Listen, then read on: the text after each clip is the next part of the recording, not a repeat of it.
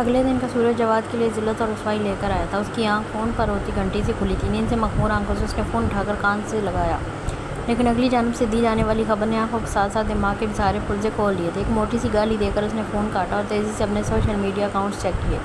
ہر جگہ اس کی پکچرز اور چند سیکنڈز کی ویڈیوز وائرل ہو گئی تھیں۔ یوٹیوب سے لے کر فیس بک اور انسٹاگرام سے لے کر ٹویٹر، ہر جگہ جواد الوی کا ذکر زبان زدیام پر تھا۔ اس بلیک میلر نے جو کہا تھا وہ کر دکھایا تھا۔ اب لگاتار فون کی گھنٹی بجنا شروع ہو گئی تھی۔ وہ جانتا تھا لوگ اسی خبر کی تصدیق کے لیے بات کرنا چاہ رہے ہوں گے، لیکن فی الحال اس کی حالت ایسی نہیں تھی کہ وہ اعتماد سے تردید کر سکتا۔ جو لاتے ہوئے فون آف کر کے اس نے بیڈ کی سائڈ ڈرار میں ڈال دیا۔ ابھی اسے کسی سے بات نہیں کرنی تھی۔ اس سے پہلے کہ وہ بیڈ چھوڑ کر اترتا، کمرے کا دروازہ دھڑ دھڑ آیا تھا۔ کافی دیر وہ خالی ذہن اسے بیٹھا سے نظر انداز کرتا رہا، مگر بجانے والا بھی مستقل مزاج تھا۔ کون؟ الو کا پٹھا! زوردار آواز میں دھاڑتے اس نے دروازہ کھولا تو سامنے بابر الوی کھڑے تھے۔ ان کا چہرہ غصے سے تنا ہوا تھا۔ جس نے اس الو کے پٹھے کو پیدا کیا ہے؟ وہ جواب میں بھی خود کو گالی سے نواز گئے تھے، لیکن فی الوقت جواد نے انہیں سوچنے سمجھنے کے قابل ہی کب چھوڑا تھا۔ بابا!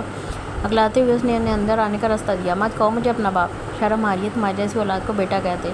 وہ دھاڑتے ہوئے کمرے میں داخل ہوئے تھے۔ جواد نے تیزی سے کمرے کا دروازہ بند کیا تاکہ یہ والی بے عزتی کم از کم اس چار دیواری کے اندر ہے، ورنہ بابر الوی جس طرح گرج رہے تھے، گھر کا ایک ایک نوکر اس کی عزت افزائی سے حیض اٹھاتا۔ ہمیشہ کہتا تھا اپنے کرتوتوں کو لگام ڈالو، الیکشن قریب ہے، اس کے بعد اپنی آوارہ گردیاں کرتے رہنا، لیکن باپ تو پاگل دیوانہ لگتا ہے۔ سب برباد کر دیا تم نے اور تمہاری اس حریص فطرت نے۔ کمرے میں ٹہلتے وہ کاف اڑا رہے تھے جب جواد سرخ چہرہ لیے گردن جھکائے کھڑا تھا۔ کہتا بھی تو کیا، اس کے پاس دینے کو کوئی صفائی بھی تو نہیں تھی، اور نہ جانے کیوں اس وقت پریشی الوی اچانک یاد آئی تھی۔ وہ تو بے قصور ہوتے ہوئے بھی اس کی وجہ سے یوں ہی ذلیل ہو رہی تھی۔ کبھی کبھار مکافات عمل ہاتھ اپنا اثر دکھا جاتا، مگر یہ تو اس کی ایک چھوٹی سی جھلک تھی، ابھی تو اصل سزا باقی تھی۔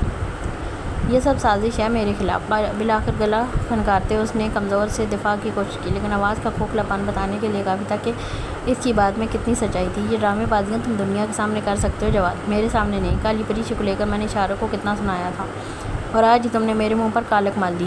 دونوں باپ بیٹا کو ہاتھ کے ہاتھ ہی اپنا بویا لوٹا دیا گیا تھا۔ میں ایک ایک کو دیکھ لوں گا، فکر نہ کریں۔ اس نے بابر الوی سے زیادہ خود کو تسلی دینے کی کوشش کی۔ اتنے ہی قابل تم ہوتے تو رونا کس بات کا تھا؟ تنفر سے کہتے انہوں نے گردن جھٹکی۔ جواد کا چہرہ احساس سے حد تک سے سرخ ہوا تھا۔ اس سے پہلے کہ وہ مزید اس کی شان میں قصیدے پڑھتے، کمرے کا دروازہ کھٹکا ہوا تھا۔ صاحب باہر پولیس کھڑی ہے، جواد صاحب کا اریسٹ وارنٹ لے کر آئی ہے۔ جھکی نگاہوں سے اطلاع دیتے ملازم نے گردن بھی مزید جھکا لی کہ اکثر انہیں منحوس خبر دینے کی سزا بھگتنی پڑتی تھی۔ دونوں باپ بیٹے نے بے یقینی سے ایک دوسرے کو دیکھا۔ اب کون سا گول کھلایا ہے تم نے؟ اسے کٹیلی نظروں سے گھورتے وہ خود پولیس سے بات چیت کرنے کے ارادے سے باہر نکلے۔ اسے وہ سختی سے ہدایت کر کے گئے تھے کہ ان کی واپسی سے پہلے وہ وہاں سے ہلے نہیں۔ رحیم علی خان، تمہیں اس سارے سیاپے کی بہت بڑی قیمت چکانی پڑے گی۔ قریب رکھی بیڈ روم بینچ کو ٹھوکر مارتے اس نے اندر کا غصہ نکالا۔ اس وقت اسے سمجھ نہیں آ رہا تھا وہ اس سب سے کیسے نکلے۔ کل تک وہ یہ سوچے بیٹھا تھا کہ پریشی کی زندگی برباد کر کے وہ اسے بری ذمہ ہو جائے گا، تو یہ بازی اس پر الٹی پڑ گئی تھی۔ تو مجھے سلاخوں کے پیچھے ڈالو، یہ تمہاری بھول ہے رحیم علی خان۔ درار سے موبائل اور والٹ نکال کر جیب میں ڈالتے اس نے یہاں سے بھاگنے کا فیصلہ کیا تھا۔ وہ جانتا تھا کہ جب اریسٹ وارنٹ نکل چکے تھے تو بابر الوی بھی کچھ نہیں کر سکتے تھے، سو اسے خود ہی اپنے آپ کو بچانا تھا۔ اس کا رخ سیڑھیوں سے نیچے بنے تہہ خانے کی جانب تھا۔ یہاں سے ایک راستہ باہر کو نکلتا تھا۔ اسے اطمینان تھا بابر الوی جب تک پولیس کو سنبھالیں گے وہ یہاں سے دور نکل چکا ہوگا، لیکن یہ بھی اس کی بھول ثابت ہوئی تھی۔ جس وقت اس نے سرنگ سے سر باہر نکالا، 4 عدد اہلکار اسے نشانے پر لیے کھڑے تھے۔ وہ بے یقینی سے ساکت ہوا تھا۔ یہ راستہ تو اس کے اور بابر الوی کے سوا کوئی نہ جانتا تھا۔ کون تھا جو ان کے اتنا نزدیک تھا کہ اندر کی ایک ایک کٹی پیسی جانتا تھا؟ Mister Jawad, you are under arrest. آپ پر ڈیوٹی وار موجود اے ایس پی رحیم علی خان پر جانی حملہ کرنے کا مقدمہ درج ہوا ہے۔ ایک اہلکار نے اریسٹ وارنٹ اس کی نگاہوں کے سامنے لہرایا، جبکہ باقی تینوں نے اسے کھینچ کر اندر سے نکالتے کڑیاں پہنائی تھیں۔ ارد گرد لوگوں کا ہجوم لگنا شروع ہو گیا تھا۔ سب اپنے اپنے موبائل کھولے اس کی ویڈیو ریکارڈنگ کر رہے تھے۔ وہ بمشکل اپنا منہ چھپانے کی کوشش کر رہا تھا، لیکن حقیقت یہی تھی کہ عزت اور ذلت اس خدائے وحدہ لا شریک کے ہاتھ میں ہے۔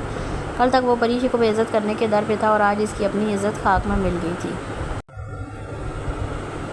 اس وقت سے خان میں رونق اتری ہوئی تھی۔ گل جار نے آج اپنے سارے بچوں کو کھانے پر اکٹھا کیا ہوا تھا۔ رحیم کی اتنی افراتفری ہوئی شادی سے وہ سخت ناراض تھی۔ انہیں یہی خدشہ ستا رہا تھا کہ گجار علی خان کی اتنی دھوم دھڑکے سے ہوئی شادی پر حاسدین کی گندی نظر لگ گئی ہے، جس کے بعد سے ان کے گھر کی آج شادی کیوں ہی بے ڈھنگے طریقے سے ہو رہی تھی۔ پہلے السران اور اب رحیم، وہ اپنی بہوؤں کے لیے کچھ کر بھی نہیں پائی تھی۔ اس وقت مرکزی ہال میں سب جمع خوش گپیوں میں مصروف تھے۔ عہدے جان نے اگلے ہفتے آپ لوگوں کا ولیمہ رکھا ہے۔ گل جان نے مسکراتے ہوئے باری باری اپنے دونوں بیٹوں اور بہوؤں کو دیکھا۔ رحیم اور پریشی کی اور تو مسکراہٹ میں ڈھلے تھے، جبکہ ارسلان کا سانس حلق میں اٹک گیا تھا۔ غانیہ نے ایک چور نظر اس پر ڈالی۔ وہ جانتی تھی کہ ارسلان کبھی بھی نہیں چاہے گا پوری دنیا کے سامنے ان کا ولیمہ کیا جائے۔ وہ جب تک تانیہ سے یہ بات چھپا سکتا تھا چھپانا چاہتا تھا۔ امو فی الحال چھوٹے بھیا اور بھابھی کے لیے ریسیپشن ارینج کر دیا، ہماری تو خیر ہے، ہم پڑھائی کے بعد ولیمہ کر لیں گے۔ گلا کھنگاتے اس نے غانیہ کو ٹوکا دیا کہ وہ بھی اس کی حمایت میں کچھ بولے۔ اول تو اتنے لوگوں کو موجود میں غانیہ کا بولنا ہی ناممکنات میں سے تھا، دوسرا وہ تو خود چاہتی تھی کہ ساری دنیا جان لے کہ وہ ارسلان علی خان کی بیوی ہے، تو بھلا اپنے پاؤں پر کلاڑی کیوں مارتی؟ تو وہ گردن جھکائے بہت پنی بیٹھی رہی۔ ولیمہ سنت رسول صلی اللہ علیہ وآلہ وسلم ہے اور ہم جلد سے جلد یہ سنت ادا کرنا چاہتے ہیں۔ پڑھائی سے ولیمے کا کوئی تعلق نہیں ہے، آپ بس تیار ہو کر پہنچ جائیے گا۔ اب کی بار بولنے والی ادے جان تھی، ان کا انداز اتنا ڈو ٹوک تھا کہ ارسلان بے چینی سے پہلو بدل کر رہ گیا، جبکہ غانیہ کے دل میں کمینی سی خوشی ہوئی تھی۔ ہر فرد کی طرح ادے جان نے اسے بھی اپنا گرویدہ بنا لیا تھا۔ آپ دونوں ایک دو دن میں اپنی بیگمات کو لے جا کر جوڑے کی شاپنگ کروا دیجیے گا، زیور کی تیاری ہم پہلے ہی کر چکے ہیں۔ گل جان نے مسکراتے ہوئے ادے جان کے چہرے پر چند زیورات کے ڈبے اٹھا کر باری باری غانیہ اور پریشی کی گود میں رکھے۔ گل جان آج غانیہ کے ساتھ بھی شفقت سے پیش آ رہی تھی، اپنے لیے اتنی عزت اور محبت پر اس کی آنکھیں بار بار نم ہو رہی تھی۔ پریشی کے لیے یہ سب اتنا نیا نہیں تھا، لیکن غانیہ کے لیے تو یکمشت اتنے زیور دیکھنا ہی پہلا تجربہ تھا۔ ارے واہ، میری دلہن بھی آئی ہے! اس سے پہلے وہ دونوں زیورات دیکھنے اجمل علی خان ہال میں داخل ہوا تھا۔ غانیہ کو دیکھ کر اس کی آنکھوں میں چمک اتری تھی، جبکہ اسے وہاں دیکھ کر غانیہ کی سانس الگ میں اٹکی تھی۔ وہ یہاں آنے سے پہلے بھی بہت خوفزدہ تھی، لیکن ارسلان سے کہنا اچھا نہیں لگتا، سو خاموشی سے چلی آئی تھی۔ اس وقت بھی وہ مسلسل دعا کر رہی تھی کہ اجمل ان کی موجودگی میں نیچے نہ آئے، لیکن وہ ایک بار پھر اپنے پچھلے راگ کے ساتھ حاضر ہوا تھا۔ اجو، یہ دلہن نہیں، دلہن بھابھی ہیں، اور یہ پری بھابھی ہیں۔ غانیہ کی طرف بڑھتے اجمل کے قدم تھمے تھے۔ اس نے نا سمجھی سے باری باری سب کے چہرے دیکھے، دیکھو یہ مینے بھابھی، یہ دلہن بھابھی اور یہ پری بھابھی۔ پیار سے اس کا چہرہ اپنے جانب موڑتے گل جان نے باری باری سب کی جانب انگلی سے اشارہ کیا، دلہن نہیں، دلہن بھابھی۔ وہ اکلاتا ہوا جیسے سمجھنے کی کوشش کر رہا تھا۔ گل جان جانتی تھی کہ چونکہ ایک بار وہ غانیہ کو دلہن کہہ چکا تھا، سو اب پیچھے ہٹانا ناممکن تھا۔ سو انہوں نے بھابھی کا لاکا لگا کر غانیہ کو ہر بار ہونے والی شرمندگی سے ممکنہ طور پر بچانا چاہتا۔ یوں تو پری اور غانیہ رشتے اور عمر دونوں میں اجمل سے چھوٹی تھی، لیکن وہ ان کے درمیان عزت کا رشتہ بنانا چاہتی تھی۔ ہاں جاؤ، دلہن بھابھی اور پری بھابھی کو سلام کرو، اور دیکھو دونوں کو ستانا نہیں۔ غانیہ کو اپنی ساس کی یہ ادا بہت بھائی تھی، کتنی آسانی سے انہوں نے ذہنی طور پر ایک کمزور شخص کی ذہن سازی کی تھی۔ وہ دل سے ان کی اس معاملہ فہمی کی قائل ہوئی تھی۔ میری دلہن کب آئے گی؟ اس نے ٹھنک کر ماں کو دیکھا اور پھر ایک ناراض نظر غانیہ پر ڈالی، جو ارسلان کا بازو دبوچ کر یوں بیٹھی تھی جیسے اجمل اسے گھسیٹ کر لے جائے گا۔ اب دلہن بھابھی اور پری بھابھی مل کر ڈھونڈیں گی آپ کی دلہن۔ ان کی بات پر اجمل کے چہرے پر ایک شرمیلی مسکان آئی تھی۔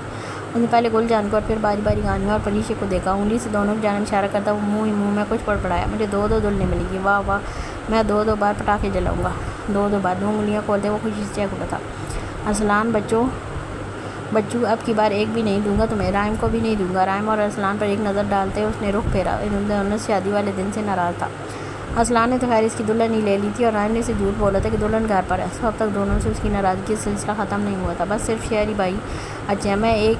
انہیں شہریار نے موبائل سے نظریں ہٹا کر اسے مسکرا کر دیکھا، وہ کافی دیر سے سب سے لا تعلق کسی سے باتوں میں مشغول تھا۔ نہیں اجو بھیا، شہری بھائی کو تو ہرگز نہیں دیجیے گا۔ زرمینے نے اس کی بات بیچ سے کاٹتے برابر میں بیٹھے شہریار پر ایک تیز نظر ڈال دی، اس کے ہونٹوں پر اس کی اس درجہ حساسیت پر خفیف سی مسکراہٹ آئی تھی، مگر وہ اسے اپنی منہ چھپالے چھپا گیا۔ امو، شہری بھائی والے بھی میں ہی رکھوں گا۔ انگلیوں پر حساب کرتے اس نے اب 3 انگلیاں کھول لی تھیں۔ ہاں جی، عقل پوری ہو یا آدھی، بیویاں سب کو زیادہ ہی چاہیے۔ ادے جان کے تبصرے پر حال میں ایک کہہ گونجا تھا۔ گل جان نے صدقے دل سے اپنے بچوں کی دائمی خوشیوں کی دعا مانگی تھی۔ یہ انسی کہہ کے ایک ساتھ کتنے عرصے بعد اس گھر کے در و دیوار نے سنے تھے۔ سب کو باتوں میں مشغول چھوڑ کر وہ مطمئن دل سے ملازمہ کو کھانا نکلوانے کی ہدایت دینے کچن کی جانب بڑھ گئیں۔ احسن کو ڈاکٹر نے دن میں آدھا گھنٹہ ہلکی واک کرنے کا کہہ دیا تھا۔ اتنے عرصے بعد دوبارہ اپنے پیروں پر کھڑا ہونا ایک بہت خوبصورت احساس تھا، اور اس کے لیے وہ اللہ پاک کے بعد فاطمہ کا شکر گزار تھا۔ اس کی دلائی ہمت سے وہ اتنا بڑا رزق لینے پر راضی ہوا تھا۔ اس وقت وہ دونوں ہاتھوں میں ہاتھ ڈالے صبح کی ہلکی ٹھنڈی ہوا میں گھر کے لان میں ہی چہل قدمی کر رہے تھے۔ قدموں کے نیچے نم گھاس ایک تراوٹ کا احساس بخش رہی تھی۔ کیا سوچ رہے ہیں؟ خلاف توقع احسن کو خاموش دیکھ کر فاطمہ کو کچھ تشویش ہوئی تھی، ورنہ یہ ممکن نہیں تھا کہ کسی جگہ احسن موجود ہو اور وہاں اتنی خاموشی چھائی ہو۔ کچھ خاص نہیں، بس یہ کہ جیون ساتھی تمہارے جیسا ہو تو انسان کو دنیا میں جنت کی جھلک دیکھنے کو مل جاتی ہے۔ ایک گہرا سانس بھرتے اس نے فاطمہ کے تھامے ہاتھ کو لبوں تک لے جا کر چوما۔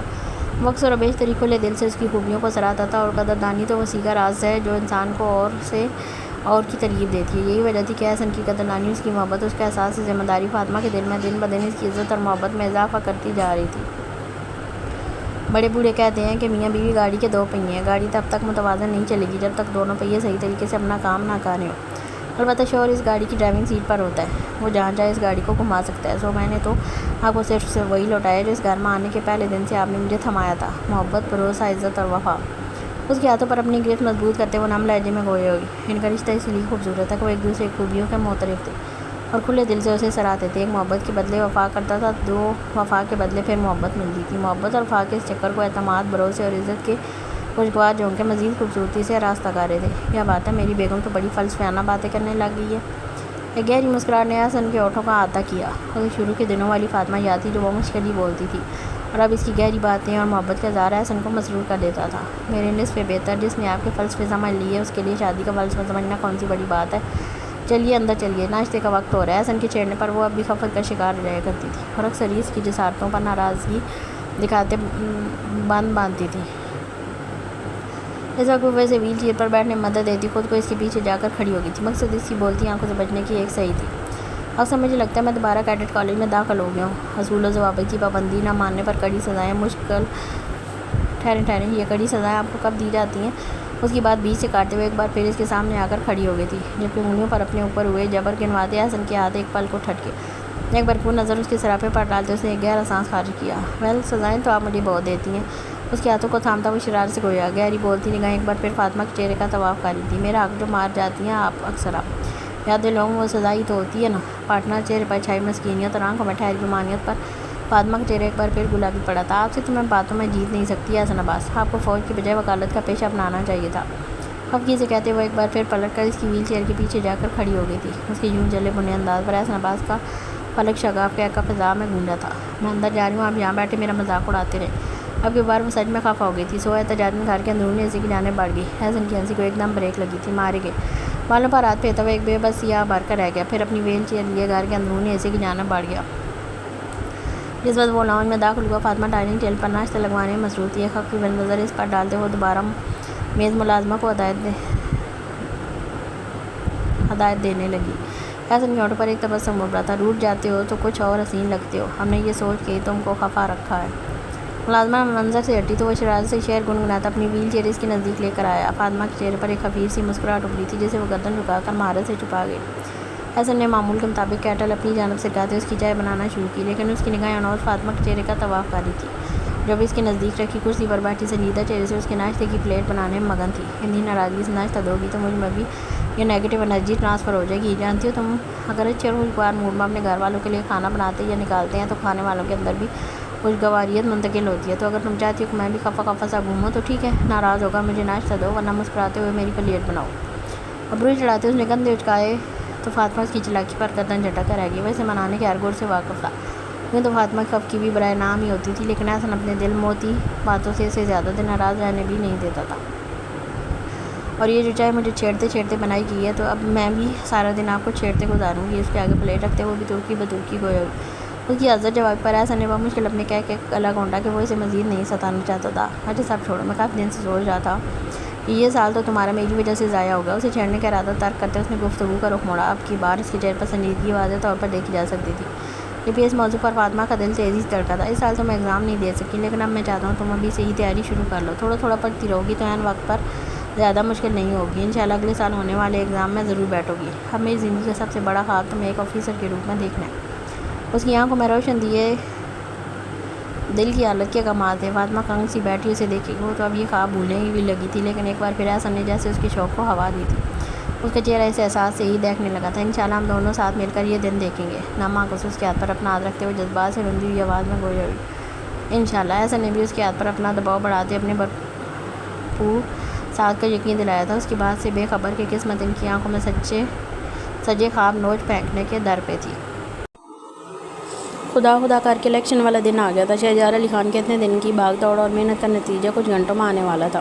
صبح سے ہی پولنگ اسٹیشنز پر ایک رش لگ گیا تھا۔ آرمی کے جوان، پولیس کے اہلکار، پریزائڈنگ آفیسر، ہر شخص اپنا کام بااحسن انجام دے رہا تھا۔ پارٹی کی جانب سے لگائے گئے کیمپس میں کارکنان عوام کی مدد کرنے کے لیے کمر بستہ تھے۔ جس وقت شہریار پولنگ اسٹیشن پہنچا، محسن علوی وہاں اپنے عادیوں کے ہمراہ موجود تھا۔ ایک پل کے لیے دونوں کی نظریں ٹکرائیں، لیکن دونوں نے ہی ایک دوسرے کو ناپسندیدگی سے دیکھنے نگاہیں پھیر لی تھیں۔ انہیں ایک دوسرے سے اللہ واسطے کا بیع تھا۔ یہی وجہ تھی کہ شہریار رحیم کے پریشے سے شادی کے حق میں بھی نہیں تھا، مگر عظمت علی خان کی خاطر چپ ہو گیا تھا، اور حال تو محسن علوی کا بھی اس سے کم نہیں تھا۔ اس کی نظر میں بھی ان لوگوں سے رشتہ جوڑنے سے بہتر پریشے کا گلا دبانا اس کے لیے زیادہ آسان کام تھا، لیکن بس شارق علوی کے آگے اس کی ایک نہ چلی۔ اور اس وقت شہریار کی شکل دیکھ کر ایک بار پھر انیس اور رحیم کی شادی کا غم تازہ ہوا تھا۔ دونوں ہی ایک دوسرے کو نظر انداز کرتے اپنے کارکنان کی جانب متوجہ ہو گئے اور تھوڑا وقت وہاں گزار کر وہاں سے چلے گئے۔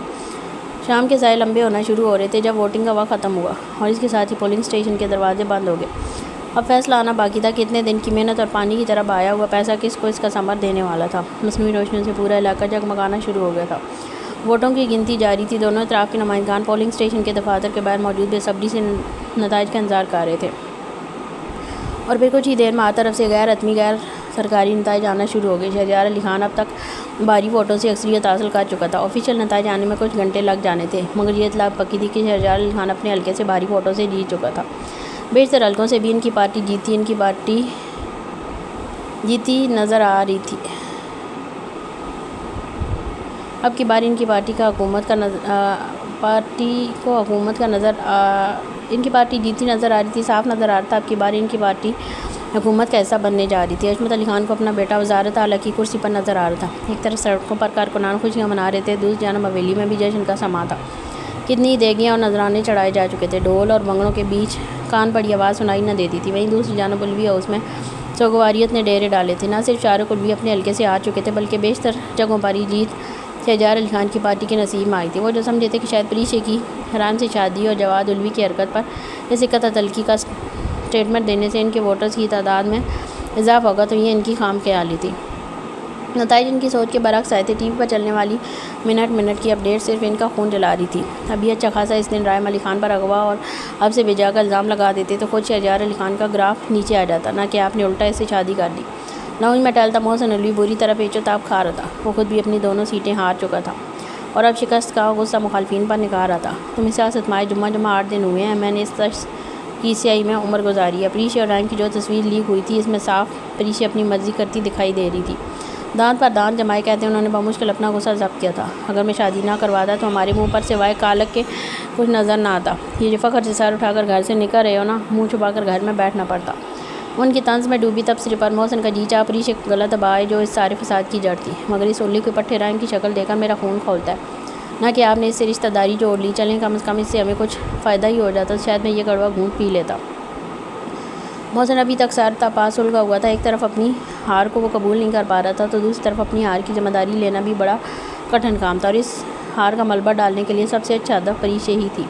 فالتو باتیں مت کرو، ہمارا رائم یا پریشے سے کوئی تعلق نہیں ہے۔ آج یہ زندگی کا حصہ ہے، ٹویٹر پر شہریار کو مبارکباد بھیج دو۔ آخر کو ہمارا سمجھانا جو ٹھہرا۔ مونچھوں کو تو دیتے پرسوچ انداز میں گویا ہوئے محسن نے بلبلا کر انہیں دیکھا تھا، مگر ان آنکھوں کی سختی کے آگے خاموشی سے میز پر دھرا موبائل اٹھا لیا۔ صبح کی نوخیز کرنوں نے بدلیوں کے پیچھے سے منہ نکالا تو چڑیوں کی چہچہاہٹ نے مال میں رس گھول دیا تھا۔ عوام کی اکثریت ابھی منہ لپیٹے سونے میں مگن تھی، ایسے میں وہ پریشان صورت لیے سیڑھیاں چڑھ رہا تھا۔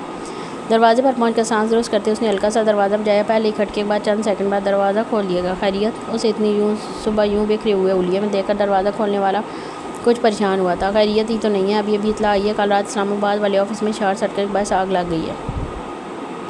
تمام ڈیٹا اس میں ضائع ہو گیا۔ وہ فلیش ڈرائیو بھی کل رات ہی وہاں پہنچی تھی۔ موبائل پر آیا میسیج سامنے والے کی نظروں کے سامنے کرتا وہ متفکرانہ انداز میں گویا ہوا یہ سب کیا ہو رہا ہے آخر؟ کیوں ایک ایک کر کے ایڈمیشن ناکام ہوتا جا رہا ہے؟ موبائل پر نظر دوڑاتا شخص سامنے کھڑے شخص بھی حیرانی اور پریشانی کا شکار ہوا تھا۔ چہرے پر پھیلا اضطراب یہ بتانے کے لیے کافی تھا کہ اس خبر نے اس کے اعصاب چٹخا دیے تھے۔ مگر شکر یہ ہے کہ اب کے بعد ناکامی ہماری طرف سے نہیں ہوئی ہے، ورنہ وہ لوگ سمجھتے ہیں ہمارے بار انہیں دھوکہ دے دیتے ہیں۔ ڈرائیو ساتھ خیریت سے ان تک پہنچ گئی تھی۔ اطلاع دینے والے کو نقصان سے زیادہ خود کی بچت کی تسلی تھی۔ اب کے بعد الفاظ کے ساتھ اس کے لہجے میں بھی اطمینان جھلکتا تھا۔ دعا کرو یہ سب سچ میں شارٹ سرکٹ سے ہوا ہو، دوسری صورت میں ہمارے گرد بہت خاموشی سے شکنجہ کسا جا رہا ہے۔ میرے خیال سے ہمیں تھوڑے عرصے کے لیے خاموشی اختیار کرنی چاہیے۔ بات واقعی معقول تھی، آنے والا بھی اب کچھ تذبذب کا شکار ہوا تھا۔ کون تھا جو ان کی کمر توڑا تھا اور بار لگائی ضرب پچھلی بار سے زیادہ کاری ثابت ہو رہی تھی؟ پریشانی ان دونوں کے چہروں سے حیا تھی۔ تبھی فون کی اسکرین پر ایک شناسا نمبر سے کال آنے لگی۔ فون کان سے لگاتا وہ سیڑھیاں اترنے لگا، جبکہ پیچھے کھڑا شخص مخمصے میں ڈوبا دروازہ بند کرتا اندر کی جانب پلٹ گیا تھا۔ فاتحہ آنٹی کے آ جانے سے غانیہ کو کافی تسلی ہوگی تھی۔ ان کے منع کرنے کے باوجود وہ ان کے ساتھ مل کر کافی کام نمٹوا دیا کرتی تھی، بلکہ فاتحہ آنٹی کے ساتھ رہتے اب اسے چرمن حضوری نماز بھی پڑھنی پڑتی تھی، کیونکہ نماز سے پہلے اس سے بھی نماز کی بابت پوچھتی تھی۔ اب وہ عملاً مسلمان نہ صحیح مگر اتنا خوف خدا تو تھا کہ وہ اس معاملے میں کم از کم جھوٹ نہیں بول سکتی تھی۔ ساتھ ہی ان سے یہ کہتے بھی حیا آتی تھی کہ وہ نماز نہیں پڑھتی ہے، سو ہمارے بندے وہ ان کے ساتھ فرض نمازوں کی ٹکر مار لیا کرتی تھی۔ یوں اس کی زندگی ایک ڈگر پر چلنے لگی تھی۔ لیکن ارسلان کے لا کہنے کے باوجود بھی اس نے یونیورسٹی جوائن نہیں کی تھی۔ فی الحال اب اس کا ذہن اگلے سال کے لیے بن چکا تھا۔ ویسے بھی پہلی بار وہ گھر کے ماحول کو محسوس کر رہی تھی جہاں اسے ہر چیز کی آزادی تھی، ہر فکر سے چھٹی تھی۔ اسے محبت، عزت اور ایک محفوظ صاحبان مل گیا تھا، مگر اس سب کے باوجود اس کا دل ہمہ وقت خوف کا شکار رہتا تھا۔ کب ارسلان اس کو اپنی زندگی سے نکال پھینکے اور وہ دوبارہ در بدر ہو جائے، یہ خیال اسے ٹھیک طرح سے خوش اور مطمئن بھی نہیں ہونے دیتا تھا۔ دوسری طرف تانیہ نے رائن کی شادی کے بعد ارسلان سے نکاح کا مطالبہ بڑھا دیا تھا۔ وہ لوگ اب تک ارسلان کی شادی سے بے خبر تھے کیونکہ ارسلان نے عہد جان سے کہہ دیا تھا کہ وہ تانیہ کو اپنی شادی کا بتا دے گا اور اپنے طور پر یہ بات ختم کر دے گا۔ وہ نہیں چاہتا تھا عہد جان سے ان لوگوں کی کوئی تلخ کلامی ہو اور اس کی بات پر سب مطمئن ہو گئے تھے۔ سب کے حساب سے ارسلان اور تانیہ کا باب بند ہو چکا تھا، لیکن اب ان کے متوقع ولیمے کے پیش نظر ارسلان نے سوچ لیا تھا وہ تانیہ کو حقیقت سے آگاہ کر دے گا، ساتھ ہی اسے جلد ہی شادی کی یقین دہانی کروائے گا۔ مگر اس سے پہلے کہ وہ تانیہ کو اطلاع دیتا، اس کی ماما کی کال خود عہد جان کے پاس آ گئی۔ وہ ان سے نکاح کا مطالبہ کر رہی تھی اور عہد جان کی زبانی ارسلان کی شادی ان سب پر بجلی بن کر گری تھی۔ جامعہ میں رونقیں لوٹ آئی تھیں۔ نیا سیمسٹر شروع ہوتے ہی طلباء و طالبات دوبارہ پڑھائی کے ساتھ موج مستیوں میں مگن ہو گئے تھے۔ ارسلان جب سے ہاسٹل سے گھر موو ہوا تھا وہ اکثر ہی پہلی کلاس میں لیٹ ہو جاتا تھا۔ اس وقت بھی وہ تیز تیز قدم اٹھاتا راہداری سے گزر رہا تھا جب دائیں جانب بنے چھوٹے سلان میں بیٹھی لڑکی پر اسے تانیہ گمان گزرا۔ کلاس میں پہنچنے کی جلدی میں وہ اسے نظر انداز کرتا آگے بڑھ جاتا، لیکن اس سے پہلے ہی لڑکی نے گردن گھمائی۔ دونوں کی نگاہیں ایک دوسرے سے ٹکرائیں۔ جہاں ارسلان کی نظروں میں تخیر اترا، وہیں تانیہ کی سرخی مائل آنکھوں میں ناراضی الکولے رہ رہی تھی۔ کلاس کیوں نہیں لے رہی ہیں؟ بیگ کندھے سے اتار کر ہاتھ میں تھامتے اس کا رخ بھی کلاس کی بجائے اعلان کی جانب موڑ گیا، اس بات سے انجان کہ اس کی چھپائی حقیقت سے پردہ اٹھ چکا تھا۔ جبکہ اسے نزدیک آتے دیکھ کر تانیہ نے خفقی سے گردن پھیری تھی۔ یہ تمہیں صبح صبح کیا ہو گیا؟ اس کے برابر ہی گھاس پر براجمان ہوتا وہ فکر مندی سے گویا ہوا۔ تانیہ کی آنکھوں کی سرخیوں سے بے چین کاری تھی۔ دل میں ایک لمحے خیال بھی آیا کہ وہ حقیقت تو نہیں جان گی، پھر خود ہی اپنے خیال کی تردید کرتے وہ مطمئن ہوا کہ آخر اسے کون بتائے گا۔ آخر تم بھی ایک عام مرد نکلے۔ اس کے استدعائیہ کے جملے پر ارسلان ساکت ہوا تھا، یعنی اس کا خدشہ درست ثابت ہوا تھا۔ تانیہ کو کہیں سے اس کی شادی کی کوئی سن گن مل گئی تھی۔ دھوکے باز، بے وفا، جھوٹے اور مکار۔ اب کے بارش کے لہجے میں استہزاء کے ساتھ تنفر بھی جھلک رہا تھا، لیکن وہ شاید اپنی جگہ جائز تھی۔ لب کاٹتے ارسلان نے اپنی گردن جھکاتے اس کے القابات ضبط سے جھیلے۔ تانیہ تمہارا غصہ جائز ہے، لیکن یقیناً سب کچھ مجبوری میں ہوگا، میں تمہیں سب سمجھاتا ہوں۔ چند لمحے بعد اس نے گردن اٹھاتے بوجھ سانس خارج کیا جس وقت سے کب سے بچنا چاہ رہا تھا۔ بالآخر آج نہ چاہتے ہوئے وہ بے وقت آ گیا تھا۔ ارسلان مجبوری اور ذات سے نتی ہوتی ہے، مرد جو کرتا ہے اپنی مرضی سے کرتا ہے، اور بالفرض میں مان بھی لوں کہ تمہارا شمار مجبور دکھیارے مردوں میں ہوتا ہے تو تم نے مجھے کیوں نہیں بتایا یہ سب؟ اس بات کی کوئی لیم ایکسکیوزز تمہارے پاس؟ اس کے الفاظ کے ساتھ چبھتی ہوئی نگاہیں بھی ارسلان علی خان کو اپنے جسم میں پیوست ہوتی محسوس ہو رہی تھی۔ وہ جانتا تھا وہ بہت بری طرح ہرٹ ہوئی تھی۔ یہ بات وہ خود اب تک تسلیم نہیں کر پایا تھا وہ کیسے اتنی آسانی سے یہ قبول کر لیتی، اور اسی وجہ سے وہ اس سے یہ بات چھپانا چاہتا تھا، لیکن قسمت بھی جیسے آج کل اس سے ضد لگا کر بیٹھی تھی۔ تانیہ ہم کہیں اور چل کر بات کر لیں، یہاں سب آتے جاتے ہمیں ہی دیکھ رہے ہیں۔ ارد گرد آتے جاتے طلباء کی جانب دیکھتے اس نے شرمندگی سے قلم کھجائی۔ تانیہ کی آواز اتنی ہی بلند تھی کہ گزرنے والا کچھ نہ کچھ سن کر محظوظ ہوتا ہوا جا رہا تھا۔ ارسلان تمہیں لگتا ہے میں اب تمہارے اوپر بھروسہ کروں گی کہ تمہارے ساتھ کہیں بھی چلتی بنوں؟ نو نیور، میں تو تمہیں جانتی ہی نہیں تھی۔ کیا بھروسہ تمہاری نیت مجھ پر بھی خراب ہو؟ وہ اس وقت غصے کی انتہا پر تھی۔ تیز تنفس اور سرخ چہرہ اس کے دل کی کیفیت بیان کرنے کے لیے کافی تھا۔ اس وقت وہ کیا بول رہی تھی وہ خود نہیں جانتی تھی۔ بس تانیہ بہت ہو گیا، جب میں کہہ رہا ہوں میری غلطی ہے، مجھے موقع تو دو تمہیں سمجھانے اور اسے سدھارنے کا، مگر تم اپنی حدیں کراس کر رہی ہو۔ ضبط سے مٹھیاں بھیجی وہ اپنا غصہ کم کرنے کی کوشش کرنے لگا جو تانیہ کے الزام پر عود آیا تھا۔ جب تمہارا دماغ نارمل ہو جائے تو بتا دینا، ہم پھر بیٹھ کر بات کر لیں گے۔ سنجیدگی سے کہتے وہ جگہ چھوڑ کر اٹھا اور لمبے لمبے ڈاک برتا وہاں سے نکل گیا۔ اس کی جاتی تانیہ نے بھی گال پر پھسلے آنسو ہتھیلی کی پشت سے پونچھے اور خارجی رستے کی جانب قدم بڑھا دیے۔ وہ اس وقت کلاسز لینے کی کنڈیشن میں ہرگز نہیں تھی، بلکہ وہ تو شاید کسی سے بات کرنے یا کسی دوسرے کو اپنے ارد گرد برداشت کرنے کی بھی سخت کھو چکی تھی۔ نہ جانے وہ اب تک زندہ چل پھر کیسے رہی تھی۔ اسے تو اس بات پر حیرت تھی، I can't get over it, اور میں تمہیں بھی اتنی آسانی سے یہ سب بھولنے نہیں دوں گی۔ ارسلان علی خان گاڑی کی پشت پر ساتھ ڈالتے وہ منہ میں بڑبڑائی تھی۔ اس وقت وہ واقعی ہرگز بھی نارمل نہیں لگ رہی تھی۔ اسے بچپن سے ہی من پسند چیز حاصل کر لینے کی عادت تھی، اب کی بار منزل کے اتنا قریب پہنچ کر اسے یوں تش نہ چھوڑنے والے کو ہرگز نہیں بخشنے والی تھی۔ لاہور کے پوچھ علاقے میں واقع اونچے عالیشان معلومہ گھر پر صبح کی زرد کرنیں اتری ہوئی تھی۔ راہداری سے ہوتے اندر داخل ہو تو لاؤنج کے صوفے پر تانیہ گھٹنوں میں سر دیے بیٹھی تھی۔ گھر میں سناٹے کا رائے تھا۔ داؤد صاحب اور ان کی اہلیہ صبح صبح اپنے کاموں پر نکل گئے تھے۔ وہ جب سے یونیورسٹی سے آئی تھی اسی انداز میں بیٹھی بس روئے جا رہی تھی۔ دل کو چھلکا ہوا تو اب ارسلان کی کئی باتیں دماغ میں گونج رہی تھی۔ کیا واقعی ارسلان ٹھیک کہہ رہا تھا؟ اس کی شادی مجبوری میں ہوئی اور وہ سب ٹھیک کر دے گا؟ لب کاٹتے اس نے کرتے کی آستین سے آنسو خشک کیے۔ دل اس کی باتوں سے من چاہ مطلب وہ خوش کرنا چاہتا تھا۔ ہاں، وہ اس کی عہدے جان نے یہ سب زبردستی کروایا ہوگا۔ انہیں مجھ سے کوئی ذاتی چپکلش ہے۔ وہ عہدے جان سے یوں بھی خائف تھی کہ ان کی وجہ سے اس کا نکاح نہیں ہو پایا اور اسی وجہ سے آج ارسلان کسی اور کا ہو گیا تھا۔ ارسلان سے تعلق کو استوار کرنے کے لیے اس کی جانب سے دل صاف کرنا ضروری تھا، اور اس کے لیے اس شادی کا ملبہ کسی اور کے ساتھ تھوپنا اس سے بھی اہم۔ سو دل کو مطمئن کرتے اس نے ارسلان کو معافی دی اور ایک بار پھر ٹیشو سیاہ کے صاف کرتے برابر میں رکھا موبائل اٹھایا۔ اس کا ارادہ ارسلان کو کال کر کے گھر بلانے کا تھا۔ وہ اسے کھل کر اس موضوع پر بات کرنا چاہتی تھی، لیکن مسلسل جانے والی بیل پر بھی دوسری جانب سے کوئی جواب موصول نہیں ہوا تو دل گرفت چیزیں موبائل پٹکنے کے انداز میں رکھتی وہ دوبارہ سابقہ حالت میں بیٹھ گئی۔ ارسلان کے ساتھ بتائے پل اس کی آنکھوں میں ایک بار پھر آنسو لانے کا سبب بنے تھے۔ اس سے پہلے وہ دوبارہ سے کال کرتی، لاؤنج میں رکھا انٹر کام گنگنا اٹھا۔ چند سیکنڈ وہ اسے نظر انداز کرتی رہی، پھر بیزاریت سے صوفہ چھوڑتی داخلی دروازے کے قریب لگے انٹر کام کے پاس گئی۔ دوسری جانب چوکیدار اسے ارسلان علی خان کی آمد کی خبر دے رہا تھا۔ اس کا دل بلیوں اچھلا تھا۔ وہ جو چاہتی تھی وہ تو بن مانگے ہی ملنے جا رہا تھا، یعنی واقعی ارسلان کی شادی اس کی مرضی کے بنا ہوتی۔ اس خیال نے اسے تقویت دی تھی۔ چوکیدار سے اسے فوراً اندر بھیجنے کا کہتے اس نے ایک بار اپنا اولیاء لاؤنج کے قد آدم آئینے میں دیکھا اور مطمئن ہوتی دوبارہ سے اوپر پراجمان ہو گیا۔ آنکھوں میں ایک بار پھر آنسو امڑ آئے تھے جنہیں اس نے صاف کرنے کی زحمت نہیں کی کہ وہ ارسلان کے سامنے خود کو دکھیاری ثابت کرنا چاہتی تھی۔ اسے احساس دلانا چاہتی تھی کہ اس نے اس کے ساتھ بے وفائی کی ہے، اسے دھوکہ دیا ہے، اس کی عزت نفس کے پر کھچے اڑائے ہیں، اور اب اسے یہ سب کچھ ٹھیک بھی کرنا ہوگا۔ جس وقت ارسلان لاؤنج میں داخل ہوا وہ صوف پر دونوں پاؤں اوپر کیے بیٹھی ٹیشو سے ناک پھونچتی سو کر رہی تھی۔ جانتی تھی اس کے آنسو ارسلان کے دل پر اثر انداز ہو گیا۔ وہ تو چڑیا کے بچے کو تکلیف میں نہیں دیکھ سکتا تھا، تو یہ تو اس کی سابقہ منگیتر تھی، وہ بھی جس سے اس نے اپنی پسند سے منگنی کی تھی۔ سوری تانی سامنے رکھے سنگل سیٹر صوف پر بیٹھتا وہ گردن جھکائے دھیمے لہجے میں گویا ہوا۔ اس کا دل بھی یونیورسٹی میں نہیں لگا تھا، وہ بنا کلاس لیے دوبارہ باہر نکل آیا تھا، لیکن جب ڈھونڈنے پر بھی وہ اسے وہاں نہیں ملی سمجھ گیا وہ گھر واپس چلی گئی، اور اس کا اندازہ درست ثابت ہوا۔ ارسلان سوری تو انسان تب کرتا ہے نا جب اس کے پاس اپنی غلطی سدھارنے کا موقع ہوتا ہے۔ کیا تم واقعی سوری ڈیزرو کرتے ہو؟ ٹیشو باکس سے ایک اور ٹیشو کھینچتے اس نے بہت کاری وار کیا تھا۔ وہ بانس ڈال کر پانی کی گہرائی ماپنا چاہتی تھی۔ وہ جاننا چاہتی تھی کہ ارسلان کے لیے اس شادی کی کتنی حیثیت ہے۔ یوں بھی اس وقت اس کا یہاں اسے منانے آنا یہ اس بات کی دلیل تھا کہ وہ نوز اس کے عشق میں ڈوبا ہے۔ تانیہ یہ شادی محض ایک حادثہ ہے، بس کسی مجبوری میں مجھے یہ شادی کرنا پڑ گئی۔ تم بس مجھے تھوڑا وقت دو، میں اس لڑکی کی شادی کسی اور جگہ کروا دوں گا۔ یہ بات میں نے اسے پہلے دن ہی باور کروا دی اور وہ اس بات پر راضی بھی ہے۔ بس جب تک اس کے لیے کوئی ڈھنگ کا رشتہ نہیں مل جاتا تب تک ہماری یہ شادی نکاح نامے کی حد تک رہے گی، اس کے بعد میں اسے آزاد کر دوں گا۔ اس نے جان بوجھ کر غانیہ کا نام نہیں لیا تھا، نہ ہی پوری کہانی اسے سنائی تھی۔ جانتا تھا تانیہ اس سب پر بہت ہنگامہ کھڑا کرے گی اور اس وقت وہ جلد از جلد اس معاملے کو نپٹانا چاہ رہا تھا۔ یعنی اس پہلے اس کے دماغ نے اسے بہت بار ٹوکا تھا کہ یہ ٹھیک نہیں ہے، مگر دل نے جانے کے 100 جواز گھڑ لیے تھے، اور اب اس کے سامنے وہ غانیہ کے نام لے کر نیا کٹا نہیں کھول سکتا تھا، جبکہ وہ کچھ نرم پڑتی دکھائی دے رہی تھی۔ دوسری طرف ارسلان کے منہ سے یہ اعتراف کہ اس کا اس لڑکی سے کوئی تعلق نہیں ہے، وہ اسے چھوڑ دے گا، تانیہ کے دل پر کن من فوار کی طرح برسا تھا۔ Arsala I love you, I can't live without you, اور اگر تم نے مجھے زندگی میں کبھی بھی چھوڑا تو وہ میرے دن میری زندگی کا آخری دن ہوگا۔ ابھی بھی اگر تم نہیں آتے تو I was going to take sleeping pills. اس نے ارسلان کو ذہنی طور پر دباؤ میں لینے کی کوشش کی۔ وہ جانتی تھی یہ دھمکی بہت کارگر ہوگی، جس کے بعد وہ ہر قیمت پر اسے اپنائے گا۔ بازی یوں بھی اس کے ہاتھ میں تھی کہ وہ جب خود ہی اپنی بیوی کو نہیں اپنا رہا تھا تو یہ طے تھا کہ اس کی زندگی میں تانیہ داؤد کی کیا اہمیت ہے۔ تانیہ اس کی دھمکی پر ارسلان کی آنکھیں بے یقینی سے پھیلی تھی۔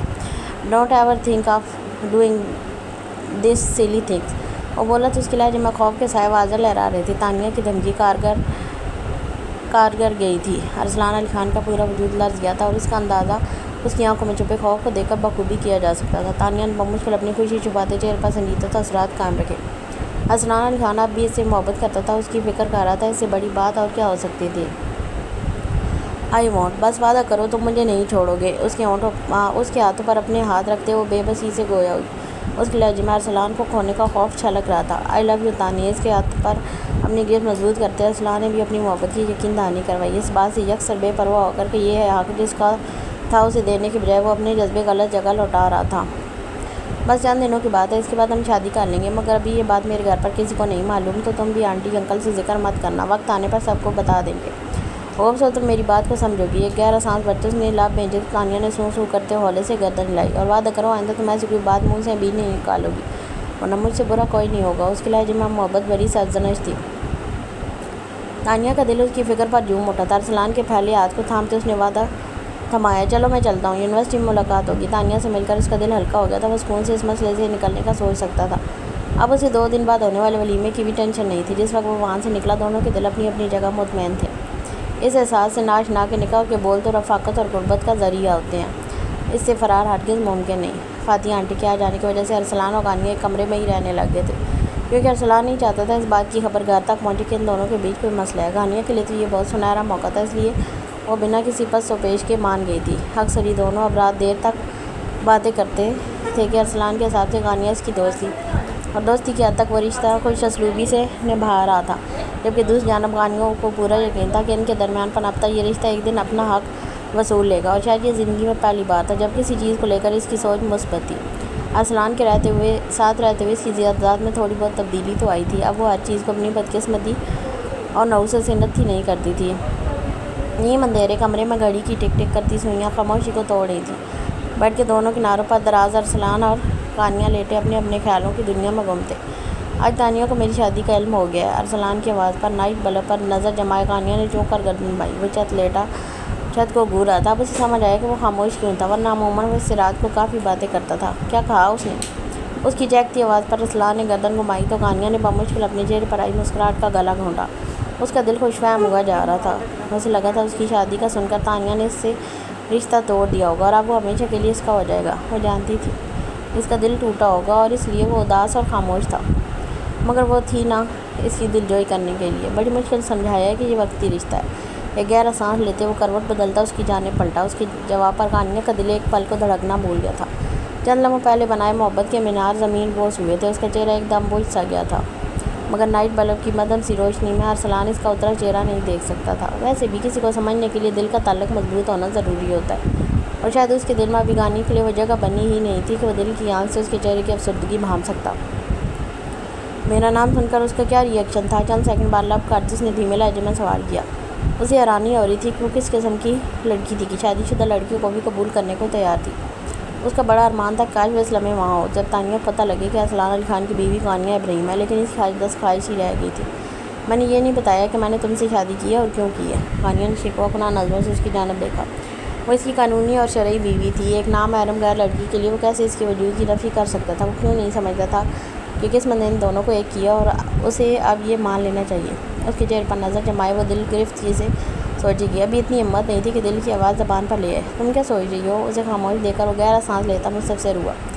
یوں بھی نیند آنکھوں سے کوسوں دور تھی، اور ایسے میں وہ لوگ اکثر ہی ڈھیروں باتیں کر لیا کرتے تھے، ایک دوسرے سے دل کا حال کہہ کر دل ہلکا کر لیا کرتے تھے۔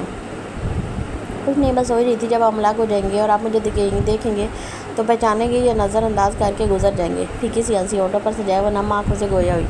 افسردگی اس کی لہجے سے آئی تھی۔ ارے نہیں، بالکل نہیں، میں تمہیں بالکل نہیں بھول سکتا، خاص طور پر یہ دن جو ہم نے ساتھ گزارے ہیں، اور تم نے مجھے مزے مزے کی چیزیں بنا کر کھلائی ہیں، تو اب میں اتنا نمک حرام بھی نہیں کہ تم کو بھول جاؤں گا، اور سب سے بڑھ کر کہ تم میری روم میٹ بن گئی ہو، اور روم میٹ کو کون بھول سکتا ہے؟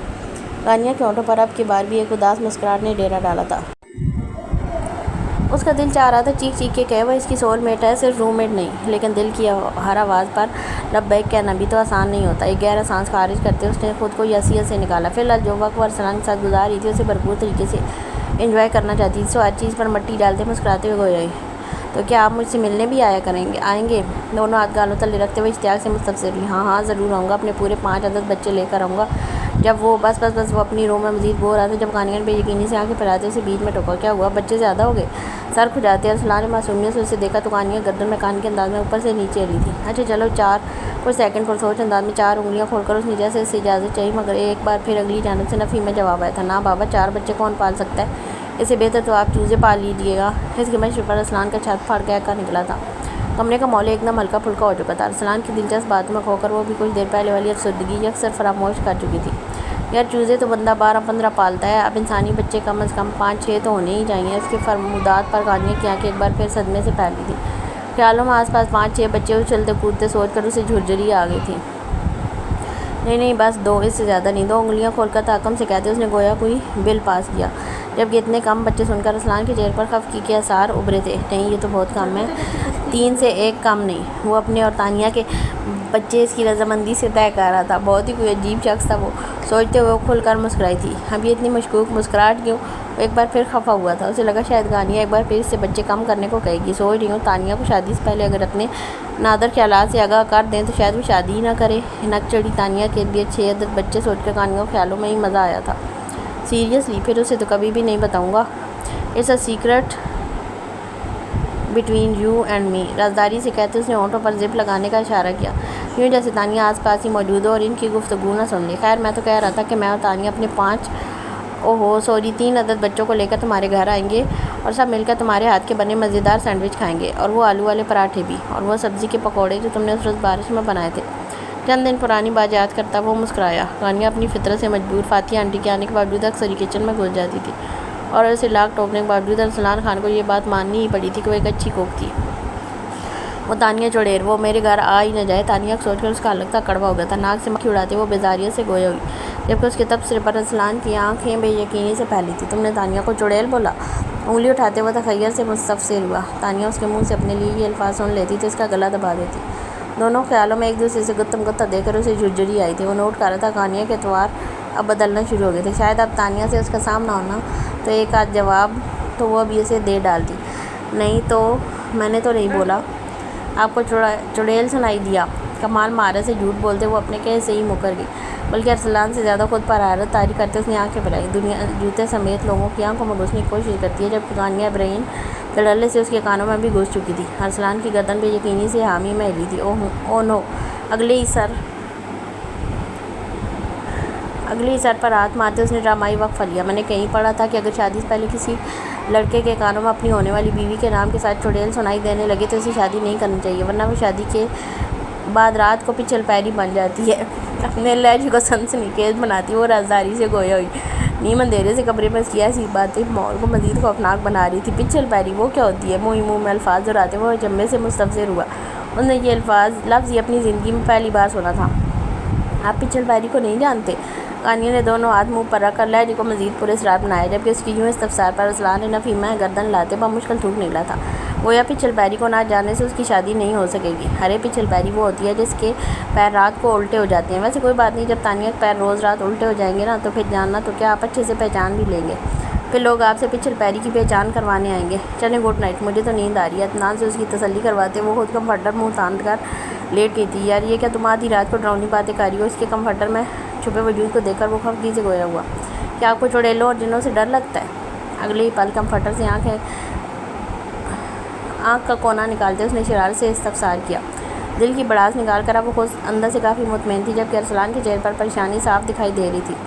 ڈر ور نہیں لگتا، مگر اب بندہ ایسی باتیں بھی نہ کرے نا، وہ بھی میری ہونے والی بیوی کے لیے۔ میں تو اب کبھی اس کے پاؤں بھی نہیں دیکھوں گا۔ جھرجھری لیتے اس نے بھی اپنا کمفرٹر منہ تک تانا۔ غانیہ کھلکھلاہٹ کمفرٹر کے اندر سے سنائی دی تھی۔ ویسے اس چڑیلوں کی اتنی معلومات تمہیں کہاں سے مل گئی؟ کچھ دیر بعد ارسلان نے اپنا منہ باہر نکالتے اسے دوبارہ پکارا۔ یہ سب چھوڑیں، آپ بس یہ بتائیں آپ کو تانیہ چڑیل میں کیا اچھا لگا؟ اور دیکھیں میں نے چڑیل نہیں کہا ہے، اب اگر چڑیل سنائی دے تو آپ کی ذمہ داری ہے۔ وہ بھی گردن باہر نکال کر بیٹھ چکی تھی۔ کتنے دن سے دل میں یہ دبا یہ سوال آج وہ پوچھنے کی ہمت کاری بیٹھی تھی۔ تانیہ میں مجھے کیا اچھا لگا؟ نرم سی مسکراہٹ ہونٹوں پر سجائے وہ چند سیکنڈ سوچتا رہا۔ کچھ دیر پہلے والی خفگی اڑن شروع ہوئی تھی۔ شاید مجھے تانیہ جیسی کانفیڈنٹ لڑکیاں پسند ہیں۔ اس کا ہر وقت کھلاتے رہنا، مستی کرنا، لائف انجوائے کرنا، اس کے ساتھ میں خود کو ایک دم فریش محسوس کرتا ہوں۔ چند سیکنڈ بعد آنکھیں موڑتے وہ بولنا شروع ہوا۔ بند آنکھوں پیچھے تانیہ کا سراپا اس کے ہونٹوں پر مزید گہری مسکراہٹ بکھیر گیا تھا، جبکہ غانیہ دل میں کلستی سوچ رہی تھی کہ تانیہ کی ساری مستی اور کھلکھلاہٹ بس ارسلان کو دیکھ کر ہی نکلتی ہے، ورنہ باقی سب سے تو وہ بیزار ہی رہتی تھی۔ غانیہ کی جانب سے مکمل خاموشی پا کر اس نے آنکھیں کھولی تو اسے کچھ گمسم سا پایا۔ اسے احساس ہوا کہ بے دھیانی میں اس نے غانیہ کی دل آزاری کی ہے۔ اس نے تانیہ کی وہ تمام خوبیاں گنوا دی جو غانیہ میں موجود نہیں تھی۔ ادراک ہونے پر وہ شرمندہ ہوا تھا۔ اچھا اب تم بتاؤ تمہیں کس قسم کے لڑکے اچھے لگتے ہیں؟ اس نے فوراً سے غانیہ کی سوچ کا دائرہ بدلنا چاہا۔ منہ سے نکلے الفاظ بدلے نہیں جا سکتے تھے، لیکن ان سے فرار حاصل کیا جا سکتا تھا، اور ارسلان علی خان وہی کوشش کر رہا تھا۔ بس آپ جب کیا اس کا یہ سوال اسے مزید مشکل میں پھنسا دے گا اسے اندازہ نہیں تھا۔ غانیہ کا لہجہ اتنا مضبوط اور جواب اتنا اٹل تھا کہ وہ چند لمحوں کے لیے ایک دم کانگ ہوا تھا۔ اوکے گڈ نائٹ، صبح یونیورسٹی کے لیے بھی اٹھنا ہے۔ بات جس محض پر پہنچ رہی تھی اسے طول دینا ہرگز بھی مناسب نہیں تھا۔ سوئے سے نظریں چڑھاتا وہ کروٹ لے کر لیٹ گیا۔ اس سے پہلے غانیہ اس کے اور اپنے رشتے کو لے کر سیریس ہو اسے کچھ نہ کچھ کرنا ہوگا، سوچتے ہوئے اس نے آنکھیں موند لی۔ غانیہ نے بھی گہرا سانس لے کر کمفرٹر صحیح کیا اور سونے کے ارادے سے لیٹ گئی، مگر جانتی تھی اب اسے نیند نہیں آئے گی۔ آج رات کی وہ بس خود کو خیالوں میں ارسلان کی بیوی کے روپ میں سوچتے گزارے گی۔ ہم لبوں سے کہہ نہ پائے حال دل کبھی، اور وہ سمجھے نہیں خاموشی کیا چیز ہے۔ شہریار کے دن اور رات اب مزید مصروف ہو گئے تھے۔ ایک طرف پورا دن اگر سیاسی کاموں کی نظر ہو جاتا تھا تو رات کو اکثر ارشمان کا بار بار اٹھنا اس کی نیند میں خلل ڈالتا تھا۔ اکثر آدھی رات کو وہ اپنا تکیہ اٹھا کر اسٹڈی میں جا کر سو جایا کرتا تھا۔ شروع تو زمینوں کی یہ چیز اتنی محسوس نہیں ہوتی تھی، مگر ایک دن اسی گروپ پر موجود ایک پوسٹ نے اس کی توجہ بھی اس طرح دلوائی کہ بچہ ماں اور باپ دونوں کی ذمہ داری ہوتا ہے۔ ساری ذمہ داری عورتوں کندھے پر ڈال کر مرد خود کو بری و ذمہ نہیں کر سکتا۔ یہ 21ویں صدی ہے جہاں تمام کاموں کی ذمہ داری برابری سے بانٹنی ہوگی۔ ہماری قوم اس لیے پیچھے رہ گئی کہ ہم نے مرد کو آسمان پر اٹھا کر خود اس کی جوتی بننا پسند کیا ہے۔ مگر میں عورت اور مرد مل کر گھر کے کام کرتے ہیں اور اسی لیے ان کا معاشرہ ترقی کرتا ہے۔ زرمینہ کو شدت سے احساس ہوا کہ بات بالکل صحیح تھی۔ وہ اگر سارے دن بچے کو سنبھالتی تھی تو بچے کی طرف شہریار کی بھی تو کوئی ذمہ داری نکلتی تھی۔ بجائے اس کے کہ وہ ارجمان کے اٹھنے پر اس کا ہاتھ بٹائے، الٹا وہ بری ذمہ ہو کر وہاں سے چلتا بنتا تھا۔ دل میں اس کے خلاف ایک گرہ اور لگی تھی۔ اپنی بدنصیبی کا خیال اور آسک ہو گیا تھا کہ کاش اسے بھی ایک ایسا ہم سفر ملا ہوتا جو زندگی کے سفر میں ساتھ نبھانے والا ہوتا، اور ان منفی سوچوں کا اثر تھا کہ اب وہ شہریار سے برابری کرنے پر تلی ہوئی تھی۔ اس وقت بھی وہ ہمیشہ کی طرح موبائل میں کچھ دیکھنے میں مصروف تھی جب شہریار وارڈروب کھولے کچھ ڈھونڈ رہا تھا۔ ارجمان کاٹ میں لیٹا ہاتھ منہ چلا کر خود ہی کھیل میں مگن تھا۔ تھوڑی دیر بعد وہ اپنے مشغلے سے بور ہو گیا تو نیا اور سب سے پسندیدہ مشغلہ رونا شروع کر دیا، مگر اس کی رونے کی آواز پر زرمین نے کان نہیں دھرے۔ وہ انوز اسے نظر انداز کیا اسکرین پر انگلی چلاتی رہی۔ شہریار نے پلٹ کر ایک نظر اس پر ڈالی۔ اسے شدید حیرت ہوئی تھی کیسے وہ بچے کو نظر انداز کر کے موبائل میں مگن تھی۔ زرمین نے موبائل چھوڑ کر ایک نظر اسے بھی دیکھ لو، یہ کیوں رو رہا ہے؟ شہریار نے پلٹ کر اس کی توجہ ارجمان کی جانب دلوانی چاہیے۔ لہجے میں خفگی نمایاں تھی۔ اسے اب ہر وقت کا زرمینے کا موبائل میں مگن رہنا سخت برا لگتا تھا، لیکن مثلاً اس نے اب تک اس بارے میں اس سے کچھ کہا نہیں تھا۔ یہ تو پورا دن ہی روتا رہتا ہے، تھوڑی دیر رو کر خود چپ ہو جائے گا۔ مس بھی اس وقت کوارٹر میں جا چکی ہوگی اور میرا بالکل موڈ نہیں ہے اس وقت اسے سنبھالنے کا۔ ایک نظر اٹھا کر شہریار کو دیکھتے اس نے بیزاری سے جواب دیا۔ وہ دیکھنا چاہتی تھی کیا شہریار اسے چپ کروانے کی کوشش کرے گا، کیونکہ اس وقت وہ کسی اہم کام میں مصروف بھی نہیں تھا۔ زرمینہ ہو سکتا ہے یہ بھوکا ہو یا ڈائپر چینج کرنا ہو، ایسے کیسے تم اسے یوں چھوڑ سکتی ہو؟ ارجمان کی چیخیں اب شہریار کے اعصاب پر سوار ہو رہی تھی۔ اسے حیرت ہو رہی تھی کیسے زرمینہ یوں اپنی اولاد کو نظر انداز کر سکتی تھی۔ وہ اپنے تئیں ساری ذمہ داریاں اٹھا رہا تھا اور چاہتا تھا زرمینہ بھی اپنے حصے کی ذمہ داریاں خوش اسلوبی سے نبھائے۔ بھوکا نہیں ہے مجھے پتہ ہے، اور ڈائپر تو آپ بھی دیکھ سکتے ہیں۔ اس کی فرمائش پر شہریار کے تو 14 طبق روشن ہو گئے تھے۔ وہ جانتی تھی وہ ان سب کاموں میں اناڑی تھا، تو اس وقت اس بے جا فرمائش اور ضد کا کیا تک تھا جب بچہ پہلے ہی آسمان سر پر اٹھائے ہوئے تھا۔ مجھے لگتا ہے تمہیں دماغی ڈاکٹر کے چیک اپ کی ضرورت ہے، بے وجہ ہر وقت کاٹ کھانے کو دوڑتی ہو۔ اس کے برابر برداشت کی عادت ختم ہوئی تھی۔ وہ اسے بولتا وہ کمرے سے نکلنے لگا جب زرمینہ کی تیز آواز نے اس کے قدم جکڑ لیے۔ میں آپ کو پاگل لگتی ہوں؟ ہاں مجھے کر دیا آپ نے پاگل، میری زندگی مشکل بنا دی ہے۔ اس گھر میں، اس کمرے میں مجھے اپنا آپ قیدی لگتا ہے۔ بیڈ سے اترتی وہ درست لہجے میں گویا ہوئی۔ آواز اتنی اونچی تھی کہ شہریار علی خان کے لیے یقین کرنا ناممکنات میں سے تھا کہ یہ وہی زرمینہ تھی جس کی نرم گفتاری اور دھیمے لہجے پر ہی تو وہ فدا تھا۔ وہ الگ بات تھی کہ اس نے اس کا اظہار کبھی زرمینہ کے سامنے نہیں کیا تھا، اور اس کا نتیجہ اب سامنے نظر آنا شروع ہو گیا تھا۔ زرمینہ آواز نیچے رکھو، اگر آواز اس کمرے سے باہر گئی تو مجھ سے برا کوئی نہیں ہوگا۔ تیزی سے آگے بڑھ کر اس کے بازو کو دبوچتے وہ دانت پیستے کر آیا تھا۔ ورنہ کیا کر لیں گے آپ؟ آنکھ آنکھ ڈالے وہ بھی نڈر لہجے میں دو بدو گویا ہوئی۔ چند لمحے تو شہریار صدمے اور حیرت سے اسے بکھری ہوئی شیرنی کو دیکھتا رہا۔ اسے تو کم گو، خاموش اور فرما بردار زرمینہ کی عادت تھی، تو پھر یہ کون تھی؟ اس لیے زرمینہ کا یہ رویہ ناقابل برداشت ہوتا جا رہا تھا۔ اب اگر ایک لفظ بھی زبان سے نکالا تو یاد رکھنا یہ تمہارا اس گھر میں آخری دن ہوگا۔ لال انگار آنکھوں سے انگلی اٹھا کر تنبیہ کرتا ہوا اس کے بازو کو جھٹکے سے چھوڑ کر پیچھے ہٹا۔ زرمینہ بھی ایک دم ہوش میں آئی تھی۔ تیز تنفس سے وہ اسے خاموشی سے تھوڑی دیر گھورتی رہی، پھر ایک جھٹکے سے کمرہ کھول کر باہر نکل گئی۔ تھوڑی دیر بعد ایک ملازمہ ارجمان کو لینے اوپر آئی۔ زرمینہ بھی کہاں ہے؟ شہریار نے لہجہ ہموار رکھتے ہوئے سوال کیا۔ اسے ہرگز نہیں پسند تھا کہ ان کے کمرے کی کوئی بھی بات باہر نکلے، اور آج زرمینہ نے یہ اصول بھی توڑ دیا تھا۔ جی وہ بڑی بی بی صاحبہ کمرے میں ہے، اور بڑی بی بی صاحبہ نے چھوٹے خان صاحب کو بلوایا۔ ارجمان کی طرف اشارہ کرتے ملازمہ نے تفصیل بتائی۔ شہریار کی کن پٹی کی رگیں ابھر کر معدوم ہوئی تھیں۔ زرمینہ اس کے لیے میں تمہیں ہرگز معاف نہیں کروں گا۔ ملازمہ کے جاتے ہی وہ بڑبڑاتے ہوئے بیڈ پر دراز ہوا۔ زرمینہ کا رویہ اس کی سمجھ سے بالا تر ہوتا جا رہا تھا، اور وہ کس طرح سے دوبارہ سابقہ رویے پر لاتا یہ سوچ کر اس کا دماغ پھٹ رہا تھا۔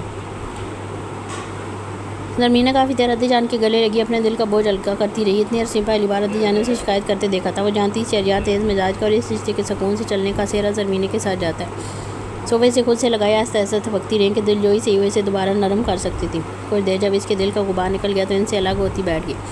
چلیں شاباش، اب منہ دھوئیں اور اپنے کمرے میں جا کر سو جائیں۔ ایسے ناراض ہو کر کمرہ نہیں چھوڑتے ہیں، میں شہریار سے بات کرتی ہوں، انہیں میرے پاس بھیجیے گا۔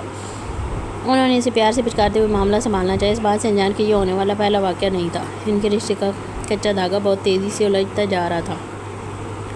نہیں عدی جان، میں اس وقت کمرے میں نہیں جا سکتی ہوں۔ وہ چھوٹے بچوں کی طرح ضدی انداز میں گویا ہوئی۔ عدی جان ایک گہرا سانس لے کر رہ گئیں۔ وہ اس کے ساتھ زبردستی بھی نہیں کرنا چاہتی تھی کہ وہ ان سے بھی متنفر نہ ہو جائے اور کل کلاں کو بات بڑھ کر اس کے میکے تک جائے جس میں سب کی بڑی سب کی ہوتی۔ اس لیے خاموشی سے گردن ہلا کر چپ ہو گئیں۔ کچھ دیر بعد انہوں نے اپنے بیڈ کے سائڈ میں لگی بیل بجا کر ملازمہ کو بلایا۔ مہرو، ارجمان صاحب کو ان کے کمرے سے میرے پاس لا دیں۔ بی بی کی طبیعت صحیح نہیں ہے، وہ آج میرے ساتھ سوئیں گی۔ انہوں نے ملازمہ سے بات بنائی کہ جانتی تھی اکیلے میں سب بیٹھ کر گھر کے اندرونی معاملات ایک دوسرے کے گوش گزار کرتے تھے۔ اور ایسا وہ ہرگز نہیں چاہتی کہ شہریار اور زمینی کے بیچ کی کھینچا تانی کسی بھی طرح ان چار دیواری سے باہر نکلے، لیکن ان کی صفائی کے باوجود ملازمہ نے ایک گہری نظر زمینی کے روئے چہرے پر ڈالی اور گردن لاتی باہر نکل گئی۔ اس کی بلا سے وجہ جو بھی تھی، اس کا کام تو حکم پر عمل درآمد کرنا تھا، سو وہ تھوڑی دیر میں ارشمان کو نیچے پہنچا کر اپنے کوارٹر میں چلی گئی۔ نیچے آنے کے تھوڑی دیر بعد یہ ارشمان سو گیا، مگر عدی جان اور زمینی کی آنکھوں سے نیند کو سے دور تھی۔ عدی جان اب ان سے ناراض ہیں؟ چھت کو خاموشی سے تکتی عدی جان نے گردن گھما کر اس دیکھا۔ نہیں، میں بالکل ناراض نہیں ہوں، آپ دل کا بوجھ مجھ سے ہلکا نہیں کریں گی تو کس سے کریں گی؟ ان کے مسکرا کر دیے جواب پر زمینی کا دل مطمئن ہوا تھا۔ پتہ میں کیا سوچ رہی تھی؟ وہ دوبارہ گویا ہوئی تو زمینی اماں تنگوش ہوئی۔ ان کی کئی باتیں یوں بھی اسے بہت پسند تھیں، وہ دل و جان سے ان کا احترام کرتی تھی۔ ہم کتنے ہی نیک اور اچھی کیوں نہ ہوں، شیطان ہمیں بہکانے اور بھٹکانے کا راستہ ڈھونڈ ہی لیتا ہے۔ زمینی نے نا سمجھی سے انہیں دیکھا۔ وہ اچانک سے یہ باتیں کہاں سے شروع ہو گئی تھی؟ زمینی سرا پکڑنے میں ناکام رہی تھی۔ وہ پتہ ہے شیطان بڑا پلاننگ سے کام کرتا ہے۔ اس کی بھی اولاد ہوتی ہے، جس طرح آدم علیہ السلام کی اولاد ہے، جسے اس کی ذریت کہتے ہیں، جس میں دمبور ہے جو ہر باز میں بازار میں شیطان کا جھنڈا اٹھائے ہوئے ہوتا ہے، صبر ہے جو مصائب کا سبب ہے، عور ہے جو ریاکاری کا باعث ہے، مسعود ہے جو لوگوں میں جھوٹی باتیں پھیلاتا ہے، داسم ہے جو اس آدمی کا ساتھی ہے جو گھر میں بغیر سلام کیے داخل ہوتا ہے اور بسم اللہ پڑھے بغیر کھانا کھائے وہ اس کے ساتھ کھانے میں شریک ہو جاتا ہے۔ صحیح مسلم کی ایک حدیث کا مفہوم ہے کہ روز ابلیس پانی پر اپنا تخت بچھاتا ہے، پھر اسے اپنے لشکر کو لوگوں میں فتنہ ڈالنے کے لیے بھیجتا ہے۔ ان میں قریب تر درجہ والا وہ شیطان ہوتا ہے جو بڑا فتنہ گار ہو۔ جب یہ سب روزانہ شام کو جمع ہو کر اپنی کارکردگی ابلیس کے سامنے پیش کرتے ہیں کہ میں نے فلاں سے چوری کرتے ہیں، تو ان میں سے ایک آ کر کہتا ہے کہ میں نے فلاں سے چوری کروائی ہے۔ ابلیس کہتا ہے کہ کچھ نہیں، اور پھر دوسرا آ کر کہتا ہے کہ میں نے فلاں برائیوں میں لوگوں کو ملوث کیا، تو ابلیس کہتا ہے کچھ نہیں۔ پھر ایک اور آ کر کہتا ہے میں نے میاں بیوی کو اس وقت تک نہ چھوڑا جب تک کہ اس میں اور اس کی بیوی میں جدائی نہ ڈال دی۔ ابلیس اسے پاس بٹھاتا اور کہتا ہے تو بہت ہی اچھا ہے۔ اشمش فرماتے ہیں مجھے خیال ہے کہ نبی آخر زمان حضرت محمد صلی اللہ علیہ وسلم نے فرمایا کہ اسے چمٹا لیتا ہے، تو سوچو جب میاں بیوی ایک دوسرے سے روٹھے ہوں تو شیطان کو کتنی ٹھنڈک ملتی ہوگی۔ میاں بیوی میں لڑائی جھگڑے ہونا یا وقتی ناراضگی ہونا کوئی انوکھی بات نہیں۔ جب بھی دو لوگ ساتھ رہتے ہیں تو ایک دوسرے کو بہت سی باتیں ناگوار بھی گزرتی ہیں، بہت سی باتوں سے تکلیف بھی پہنچتی ہے، بہت سی غصہ بھی آتا ہے۔ یہ سب عام سی باتیں، لیکن ان عام سی باتوں کو جب شوہر اور بیوی اپنی ضد اور انا کی وجہ سے طول دیتے ہیں تو وہ ابلیس کو اور اس شیطان کو ان کے مقاصد میں کامیاب کروا دیتے ہیں۔ اور شیطان کی انسان سے نفرت کا اندازہ تمہیں اس بات سے لگاؤ کہ جب بچہ پیدا ہوتا ہے تو وہ اس کی پسلیوں میں انگلیاں گھسا کر اس کو رلاتا ہے۔ سوچو وہ معصوم بچہ دنیا میں آنکھ کھولی ہوتی ہے کتنا بے ضرر ہوتا ہے، مگر شیطان اس کو بھی نہیں چھوڑتا، تو مجھے یا تمہیں کیسے چھوڑ دے گا؟ جب ہم سے بڑے گناہ نہیں کروا پاتا تو ہمارے درمیان نفرتیں عداوتیں پیدا کروا دیتا ہے۔ زمین نے سرخ چہرہ لیے اپنی خاموشی سے سنتی رہی۔ اس کے لب بھیجے ہوئے تھے، عدی جان کو لگا وہ دل میں اپنا محاسبہ کاری ہوگی، مگر عدی جان میں بھی انسان ہوں، کب تک آخر ان کی بے تنائی برداشت کروں؟ 1 سال سے خاموشی اور صبر سے سہ رہی ہوں، مگر سخان کو سوائے غصے کے کچھ نہیں آتا۔ عدی جان چپ ہوئی تو وہ خفگی سے گویا ہوئی۔ اتنے عرصے کا دل میں چھپا شکوہ زبان پر آ گیا تھا۔ نہیں میرے بچے، میں یہ نہیں کہہ رہی کہ آپ غلط ہیں، مگر اپنی بات کو کرنے کا ایک طریقہ ہوتا ہے۔ خاموشی سے باتیں سہنا مسئلوں کا حل نہیں ہوتا، اس سے آپ کی ذہنی صحت متاثر ہوگی۔ آپ شہریار سے بیٹھ کر اپنا مسئلہ اور شکایت بیان کریں، انہیں بتائیں کہ آپ کیا چاہتی ہیں، آپ کو ان کی کیا بات بری لگتی ہے، آپ ان کی کن باتوں سے افسردہ ہوتی ہیں۔ یہ باتیں آپس میں میل بیٹھ کر کرنے سے حل ہوتی ہیں، اور میاں بیوی آپس میں حل کریں تو یہ زیادہ مناسب ہوتا ہے۔ تیسرا فریق شامل ہوتا ہے تو ایک دوسرے کے لیے دل میں بدگمانی آتی ہے کہ اس نے میری شکایت لگائی ہے۔ عدی جان آپ شاید انہیں جانتی نہیں ہیں، وہ صرف حکم دینے کے لیے بنے ہیں، تحمل سے کسی کی بات سننا انہیں نہیں آتی۔ تو مسکرانہ ہنستے ہوئے اس نے گردن جھٹکی۔ آج وہ دل میں دبی ہر شکایت جیسے باہر انڈیل دینا چاہتی تھی۔ زمینیں ہمیں اکثر ایسا لگتا ہے کہ ہم نے کوشش کر لی اور سامنے والے پر کوئی اثر نہیں ہوا، تو بس اب کچھ نہیں ہو سکتا، اب بس اینٹ کا جواب پتھر سے دینا ہی مسئلے کا حل ہے، جبکہ ایسا نہیں ہوتا۔ لڑائی جھگڑے غصے اور ضد سے کبھی بھی تیز مزاج کے شخص کو قابو نہیں کیا جا سکتا۔ مسلسل آرام اور اطمینان سے بات کرنے سے ایک وقت آتا ہے جب سامنے والا اپنے رویے پر غور کرنا شروع کر دیتا ہے، اور بات کرنے کا بھی مناسب وقت دیکھنا ہوتا ہے۔ جب آپ کے شوہر کا موڈ اچھا ہو تو آپ اسے مناسب الفاظ میں بتانا چاہیے کہ مجھے آپ کی اس بات سے اس دن تکلیف پہنچی تھی۔ کبھی بھی غصے کے وقت یا جب بات بڑھنے لگ جائے تو اس وقت بات کرنا صرف بات بڑھانا ہوتی ہے۔ اس وقت سب سے اچھا طریقہ خاموشی ہوتا ہے۔ جب ایک شخص بولے گا ہی نہیں تو جھگڑا طول نہیں لیتا اور بات وہیں ختم ہو جاتی ہے۔ جب ایسی نوبت آئے تو بات بڑھائے بغیر خاموشی سے وہ جگہ چھوڑ دینی چاہیے۔ اللہ پاک جھگڑا چھوڑنے والے کو تو ویسے بھی 2 گنا اجر دیتا ہے۔ ہاں بعد میں موقع دے کر اپنا موقف بتائیں۔ ٹھنڈے دل سے جب انسان سوتا ہے تو اپنے عمل پر شرمندہ بھی ہوتا ہے۔ زمینوں کو ان کی بات سے اتفاق نہیں تھا، مگر وہ مزید اس بات پر بحث بھی نہیں کرنا چاہتے، سو گفتگو کا رخ موڑتے شہریار کی ایک اور شکایت ان کی گوش گزار کی۔ آج جب موقع لگا تھا تو وہ ساری بڑھاس نکال رہی تھی، اسے لگ رہا تھا عدی جان کو شہریار کا اصل چہرہ دکھانا چاہیے۔ عدی جان آج کے زمانے میں میاں بیوی مل کر بچے پالتے ہیں، وہ خان سوائے ارشمان کو پیار کرنے کے کبھی کوئی کام نہیں کرتے۔ رات کو بھی وہ روتا ہے تو خود اٹھ کر دوسرے کمرے میں چلے جاتے ہیں۔ میں بھی تو نیند خراب کرتی ہوں نا، وہ کیوں نہیں کر سکتے؟ جب فیس بک پر سب کو لگتا ہے کہ زرمینہ کے ساتھ ظلم ہو رہا ہے تو عدی جان کو بھی اس سب سے واقف ہونا چاہیے۔ وہ کیوں شہریار کے کہنے پر ہر بات بس اپنے تک رکھے؟ اس نے 1 سال بہت سہ لیا، اب شہریار کی باری تھی۔ بیٹا میری بات بہت غور سے سنیے اور ہرگز مت سمجھیے گا کہ میں شہریار کا ساتھ دے رہی ہوں، مگر مجھے یہ بتائیے صبح آپ کتنے بجے سو کر اٹھتی ہیں؟ ان کے سوال پر زرمینہ کچھ جذبز ہوئی تھی۔ 10 بجے جواب دے کر اس نے لب بھینچ لیے۔ اور دن میں کتنی دیر سوتی ہیں؟ میں دن میں نہیں سوتی، بس لیٹ جاتی ہوں۔ اب کی بار بھی اس کا لہجہ دھیما تھا۔ اور شہریار صبح کتنے بجے جاتے ہیں؟ 11 بجے۔ زرمینہ کو سمجھ آ رہی تھی کہ گفتگو کا رخ کہاں جا رہا ہے۔ عدی جان اسے کیا سمجھانا چاہ رہی تھی وہ سمجھ رہی تھی، مگر دل میں بیٹھی بدگمانی کے بعد شہریار کی طرفداریوں سے ایک آنکھ نہیں بھر رہی تھی۔ اور رات کو کب آتے ہیں؟ عدی جان کے سوالات زرمینہ کو زجر کر رہے تھے، مگر احتراماً جواب دینا ضروری تھا۔ کوئی مقرر وقت نہیں ہے، کبھی 12، 1 یا پھر 2۔ گردن جھکاتے اس نے لب کاٹی۔ دیکھیے آپ کی بات صحیح ہے کہ بچہ دونوں کی ذمہ داری ہوتی ہے، مگر جہاں تک یہ بات ہے کہ شہریار رات کو کیوں نہیں اٹھتے تو بچے وہ تو صبح کے گئے رات کو آتے ہیں۔ اب اگر رات بھی وہ بچہ سنبھالنے لگے ہیں تو وہ آرام کب کریں گے؟ ہاں ان کا فرض ہے گھر میں ہوں تو بچے کا خیال رکھیں، لیکن ہمارے معاشرے میں جب سے عورت کی آزادی اور مرد کی برابری کا نعرہ لگنا شروع ہو گیا ہے، اب عورتیں یہی سمجھتی ہیں کہ گھر کا ہر کام برابری سے بانٹنا ہی انصاف ہے۔ اب مجھے بتائیے گھر سے باہر ہوئی ٹینشنز، کام کا بوجھ، معاشی مسائل آپ شہریار کے ساتھ مل کر حل کرتی ہیں؟ زرمینہ خاموشی سے نفی میں گردن ہلائی تھی۔ اللہ نے اگر مرد کو ایک درجہ اوپر دیا ہے تو اس میں حکمت ہے۔ وہ باہر کی دنیا کی تندہی اور تیزی سے بیوی بچوں کو ایسے بچاتا ہے جس کی انہیں خبر بھی نہیں ہوتی۔ میں یہ نہیں کہہ رہی کہ اس کے بعد مرد گھر کے ہر کام سے ہاتھ اٹھا کر بری و ذمہ ہو جائے گا، مگر اسے گھریلو کاموں میں برابری کی بھی توقع نہیں رکھنی چاہیے۔ ہاں وہ گھر میں موجود ہے تو عورت کے کام میں مدد کرے، اس سے آپس میں محبت اور عزت بڑھتی ہے، لیکن اگر گھر کی معاشی ذمہ داری مرد سنبھال رہا ہے اور اس کے پاس وقت نہیں ہوتا وہ گھریلو امور سنبھالے تو عورت کی اس کی مجبوری کو سمجھنا چاہیے۔ بیٹا جو عورتیں برابری کے چکر میں پڑ جاتی ہیں نا وہ زیادہ مشکلات کا شکار ہوتی ہیں، پھر یہ مردوں کی طرح باہر دوڑ دھوپ بھی کرنی پڑتی ہے۔ خوش قسمت ہوتی ہیں وہ عورتیں جن کے مرد انہیں معاشی بوجھ سے آزاد رکھتے ہیں۔ جہاں تک شہریار کی بے اعتنائی اور بے توجہی کی بات ہے تو میں ان سے بھی بات کروں گی۔ عدی جان کی باتیں سن کر زرمینہ وقتی طور پر خاموش ضرور ہو گئی تھی،